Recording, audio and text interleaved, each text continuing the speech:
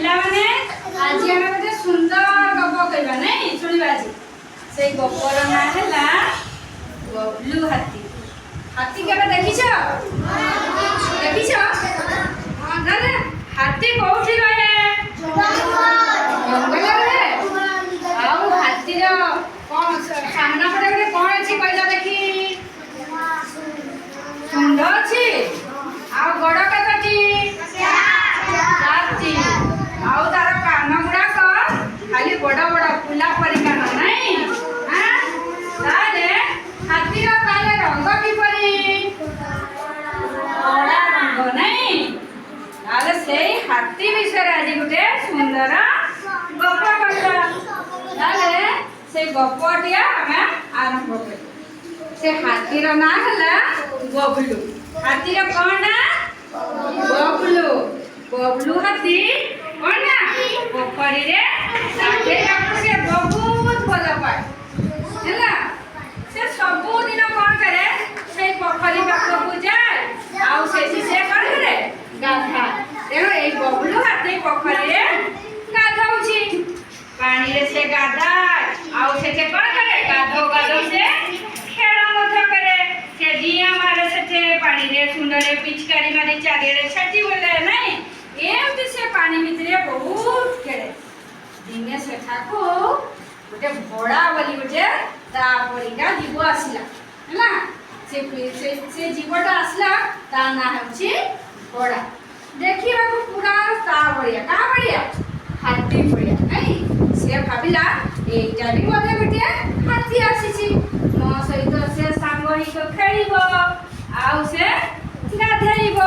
ଆମେ ଦୁହେଁ କଣ ହବା? ସାଙ୍ଗ ହବା କହିଲେ ନାଇଁ? ପିଲାମାନେ ମନ ଦେଇ ଶୁଣୁଛ ତ? ମୁଁ ପ୍ରଶ୍ନ ପଚାରିବି ପରେ ଗପ କହି ସାରିଲା ପରେ ହେଲା। ତାପରେ ବବଲୁ ପୋଖରୀରେ ଗାଧେଇବା ପାଇଁ ଘୋଡ଼ାକୁ ମଧ୍ୟ କହିଲା ହେଲା। ଆଉ ସେ ଘୋଡ଼ା ସହିତ ଗାଧେଇବା ପାଇଁ ସେମାନେ ସାଙ୍ଗ ହେଲେ। ତାପରେ ଘୋଡ଼ା ସହିତ ଗାଧେଇବା ପାଇଁ ତାଙ୍କର କଥାବାର୍ତ୍ତା ହେଲେ। ଘୋଡ଼ା ଖୁସି ହେଲା, ସେ ବି ଗାଧେଇବ। ତେଣୁ ଦୁହେଁ ସାଥୀ ହୋଇ ପାଣିରେ ବହୁତ ଖେଳିଲେ। ସାଥୀ ହେଇକରି ବହୁତ ଖେଳିଲେ। ସାଥୀ ହେଇକରି ବହୁତ ଖେଳିଲେ। ଭଡ଼ା ତୁ କଣ ହାତୀ ବବଲୁ ହାତୀ ସହିତ ଖେଳିବୁ ନାଇଁ? ତୁ ବି ପାଣିରେ ଖେଳିବୁ ନା ସାଙ୍ଗ ହେଇକି ଖେଳିବ ଆଉ ହେଲା। ବହୁତ ଖେଳିଲେ। ଭଡ଼ାର ନାକ ଉପରେ ଗୋଟେ ଶିଙ୍ଗ ଥିଲା। ଏଇ ଯାଉଛି ଭଡ଼ା, ତାର ନାକ ଉପରେ ଗୋଟେ କଣ ଅଛି? ଶିଙ୍ଗ ଅଛି ନାଇଁ? ତା ନାକ ଉପରେ ଗୋଟେ ଶିଙ୍ଗ ଅଛି। ତାପରେ କଣ ହେଲା ନା ସେ ଶିଙ୍ଗଟା ବବଲୁ ହାତୀ ଦେହରେ ବାଜିଗଲା। ଏଇଠି ବାଜିଗଲା। ଶିଙ୍ଗଟା କଣ ହେଲା? ବବଲୁ ହାତୀ ଦେହରେ ବାଜିଗଲା। ବବଲୁ ହାତୀ ଦେହରେ ଯେତେବେଳେ ବାଜିଗଲା ବବଲୁ ଦେହରେ କଣ ହେଲା? ଖଣ୍ଡିଆ ଖାବରା ହବ ନା ନାଇଁ? ତୁମେ ଯେତେବେଳେ ଖେଳ ଖେଳୁଥାଅ ଦିନେ ଦିନେ ଖଣ୍ଡିଆ ଖାବରା ହେଇଯାଅ କି ନାଇଁ? ତୁମ ଘରକୁ ଗଲେ ତୁମ ମା ପଚାରନ୍ତି ନା ନାଇଁ ଆଉ ଏଠି କୋଉଠି ତୋର କଣ ହେଲା ରେ ନାଇଁ? ସେମିତି ସେ ବବଲୁ କଣ କଲା? ବବଲୁ କଣ କଲା ଯେ ଆଉ ତା ବବଲୁ ହାତୀର ଦେହରେ ଯେତେବେଳେ ଖଣ୍ଡିଆ ଦେଖିଲେ, କିଏ ଦେଖିଲେ? ତା ମା ଦେଖିଲେ। ସେ ଖେଳି ଖୁଳା ଗାଧେଇ ଗୁଧା ସାରି କଣ କଲା? ଘରକୁ ଫେରିଲା। ଘରକୁ ଫେରିଲା ବେଳକୁ ତା ମା କହିଲେ ବବଲୁ ବବଲୁ ଆଉ ତୋ ଦେହରେ କଣ ପାଇଁ ଏଠି ଖଣ୍ଡିଆ ହେଇଛି ହେଲା। ମା ବ୍ୟସ୍ତ ହେଇ ପଡ଼ିଲା। ସେଥିପାଇଁ ସେ ତାକୁ ପଚାରିଲେ ବବଲୁ ତତେ ଏଇ ଖଣ୍ଡିଆ କିଏ କଲା? ବବଲୁ କହିଲା ଭଡ଼ା ହାତୀ ଯୋଗୁଁ ମୋର ଏଇ ଅବସ୍ଥା ହେଲା। ସେ କହିଲେ ଯେ ଭଡ଼ା ହାତୀ ଯୋଗୁଁ ମୋର ଏଇ ଅବସ୍ଥା ହେଲା, କିଏ କହିଲା ଏଇଟା?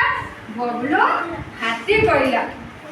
ବବଲୁ କହିଲା ବବଲୁର ମା ଦିନେ ଖାଇବା ପାଇଁ ଭଡ଼ାକୁ ଘରକୁ ଡାକିଲେ। ଯାହା ସହିତ ସେ ହାତୀ କଣ କରୁଥିଲା? ସାଙ୍ଗ ହେଇଥିଲା, ଗାଧଉଥିଲା ହେଲା। ଗାଧଉଥିଲା। ତାକୁ ଡାକି ପଠେଇଲେ କିଏ? ବବଲୁର ମା ଡାକି ପଠେଇଲେ ନାଇଁ? କିଏ ଡାକି ପଠେଇଲେ? ବବଲୁର ମା। କାହାକୁ ଡାକି ପଠେଇଲେ? ଭଡ଼ାକୁ ଡାକି ପଠେଇଲେ। ଖରାବେଳେ ଭଡ଼ା ଆସିଲା ହେଲା। ଖରା ଦିନ ଯେତେବେଳେ ମା ଡାକି ପଠେଇଛନ୍ତି ସେଥିପାଇଁ ଭଡ଼ା ମଧ୍ୟ ତାଙ୍କ ଡାକରେ ଆସିଲା। ତାକୁ ଦେଖି ମାକୁ ହସ ଲାଗିଲା ହେଲା। ଯେତେବେଳେ ସେ ଭଡ଼ା ଆସିଲା କାହା ଘରକୁ ଆସିଲା? ବବଲୁ ଘରକୁ ଆସିଲା ନାଇଁ? ସେତେବେଳେ ତା ବବଲୁର ମା ଦେଖି ଭଡ଼ାକୁ ଦେଖି ହସିଲେ। ସିଏ ବବଲୁକୁ କହିଲେ ଆରେ ହାତୀ କହୁଥିଲୁ ସେ ହାତୀ ନୁହେଁ ରେ ସେ ହେଲା ଗଣ୍ଡା ଗଣ୍ଡାର ନାକ ଉପରେ ଗୋଟେ ଶିଙ୍ଗ ଥାଏ ତେଣୁ ସେଟା ହାତୀ ନୁହେଁ ସେଇଟା ହେଲା ଗଣ୍ଡା ନାଇଁ ତେଣୁ ଗପଟା କେମିତି ଲାଗିଲା